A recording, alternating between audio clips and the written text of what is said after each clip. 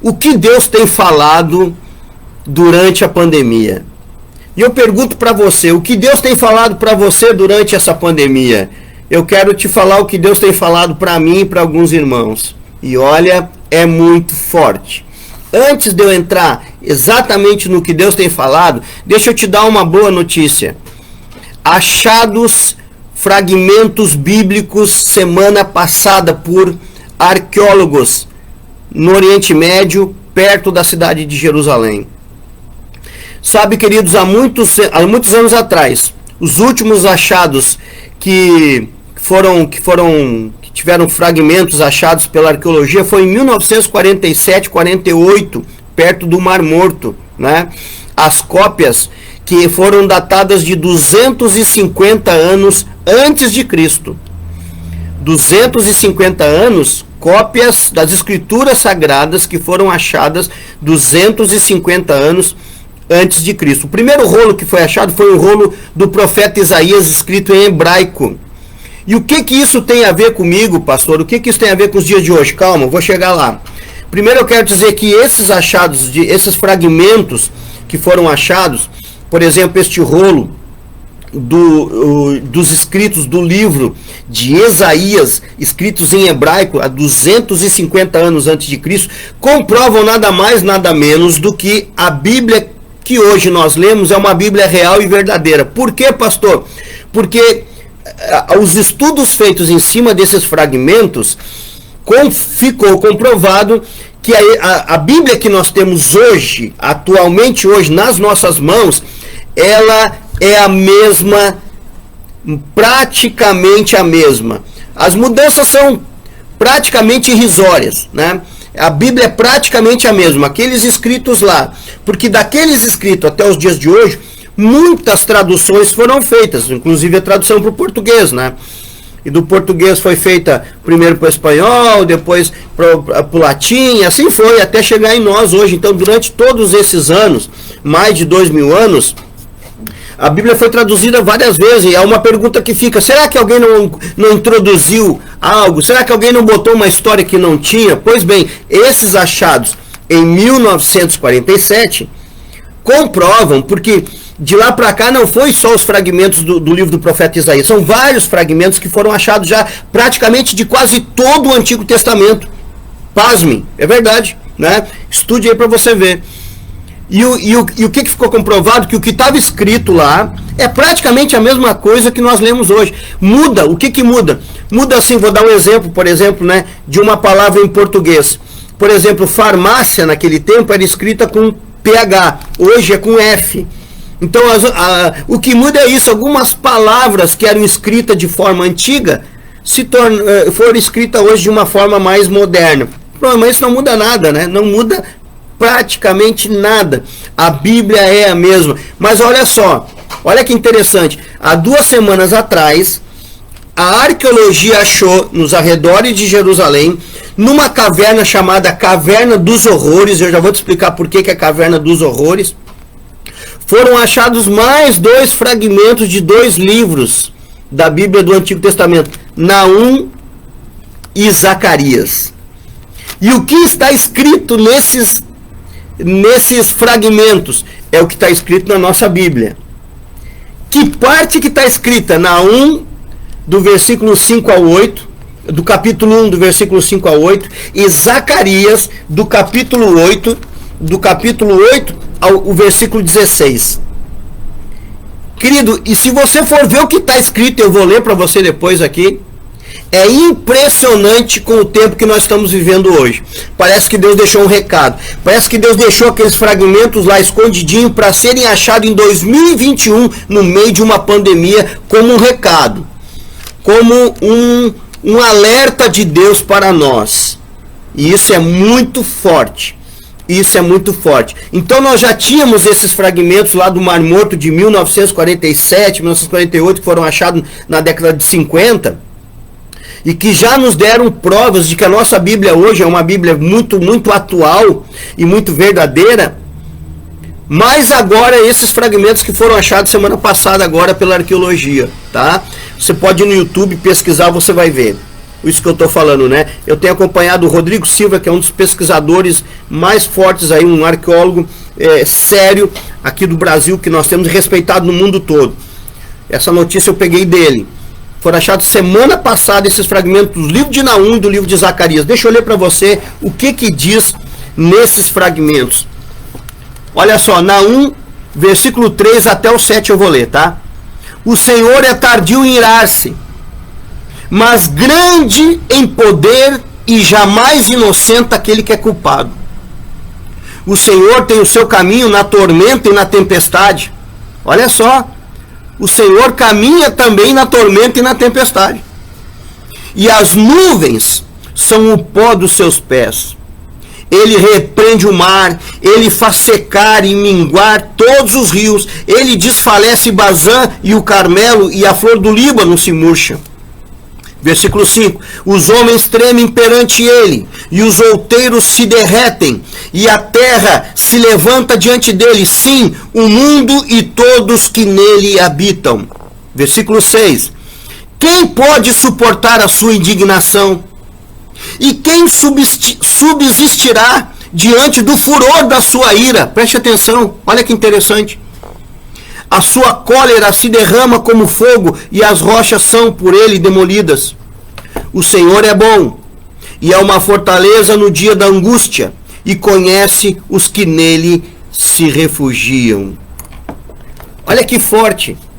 Um texto achado numa caverna, conhecida como Caverna dos Horrores, porque, segundo os historiadores, nessa caverna, quando o imperador Adriano foi tomar Jerusalém, quando Roma veio para tomar Jerusalém definitivamente, onde destruiu, já estava destruída, onde destruíram inclusive o templo, muitos judeus correram para essa caverna para se esconder e morreram dentro dessa caverna. Muitos anos depois a arqueologia achou nessa caverna aí ossos de muitas pessoas que provavelmente morreram ali, né, presas dentro dessa caverna aí, e não puderam sair dali, porque senão os soldados iriam matar. Ficaram lá escondidos até morrerem nessa tomada do exército romano, em torno de 138 por aí depois de Cristo, né? Tá bom? Havia um rapaz, né? Eu notei aqui o nome dele.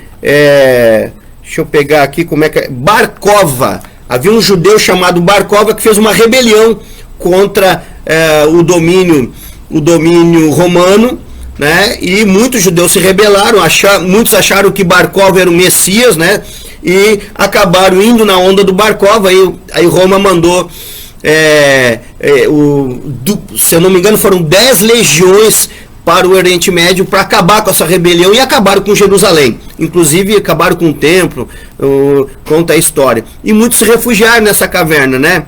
E a Bíblia diz, olha só que interessante, a Bíblia fala que o Senhor é a nossa fortaleza, ele é o nosso refúgio no dia da angústia.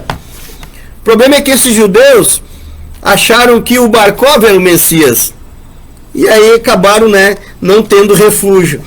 Mas quando você entende que o Jesus é o teu refúgio, você tem o refúgio no dia da angústia. Deus te consola, Deus te guarda. Ele é o verdadeiro refúgio. E por uma coincidência, esses pergaminhos que estavam lá, fragmentos desses pergaminhos, desses rolos, exatamente desse texto, falando sobre isso, de um refúgio, que você pode se esconder em Deus.